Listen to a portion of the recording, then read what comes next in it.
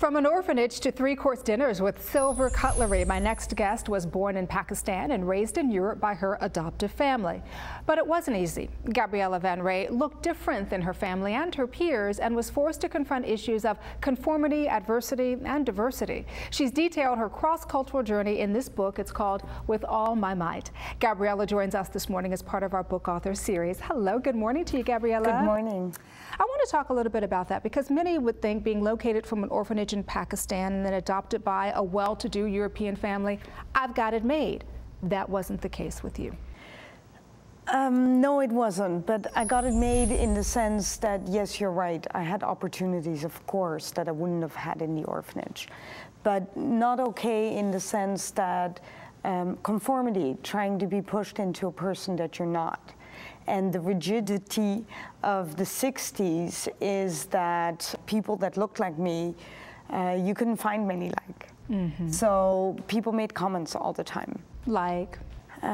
Could I take a shower? Could I kind of clean it off? Are you kidding? No, not kidding. And that's strange. That's just really strange. And I tried to be me because, first of all, you don't see what you look like.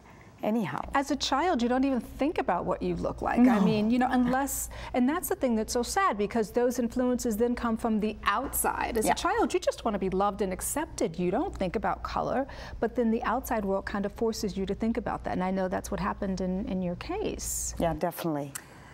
And then fast forward to adulthood, you get married, you tell me, you fall in love, you know, love of your life, and you think it's all fairy tale and roses, but then once again, extremely cruel, intolerant behavior, not necessarily from your husband, but from your husband's parents. Tell me about that. Yeah, they did not want to accept me for my skin color. Because your husband was? White, Belgium. Belgium.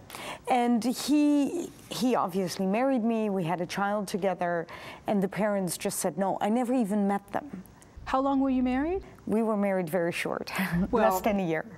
But still, you still kind of want to meet the parents. You never met the parents. Never met the parents. Did they meet your child? Yes, they did, because they actually discovered that the child was white. The child was very white-skinned and light eyes and okay. Totally European looking. So the child was okay, but you weren't? I wasn't, and I felt that it was a definite form of bullying to be hidden from view. You know, it's one of those things I think about all the time, even with my own children, and we try to make sure that we're very inclusive. I come from a multicultural family as well. What would you say to people who feel like they don't belong? I think it's okay to belong. What is not okay is that you desperately want to belong to a group that doesn't even accept you. So the first thing I would say is it's okay to stand in the sidelines. It's more than okay to be alone. And it's definitely okay to be there and to just experience it. And why do we want to belong to a group? That would be a good question. And I think the better question is, why would you want to belong to a group that doesn't even want you in the first place? Yeah. So you're making this effort and it doesn't, because I think we all have our prejudices when it comes to certain groups. I mean, many people harbor prejudices that they don't show. Sometimes they do. But how do we overcome our tendency to reject those who are different? I think tolerance starts with ourselves. My journey is that I thought I was very tolerant, but I realized that you cannot be tolerant if you don't accept who you are. And I say it all the time, it's like a slogan now. I have one leg in the East and one leg in the West. And being okay with that has to be enough. And once I feel that and I really breathe it every day, that's when I'm tolerant towards others. What is the takeaway? Was writing the book kind of just like this, being able to release, you know, all of this that had built up over the years? It was. The story is unique, the emotions are not. And every time I wrote something even more painful or more personal, I had a friend that said, do it. So that was good. But knowing that there might be just one person out there that reads it and that will think differently, I will be very happy.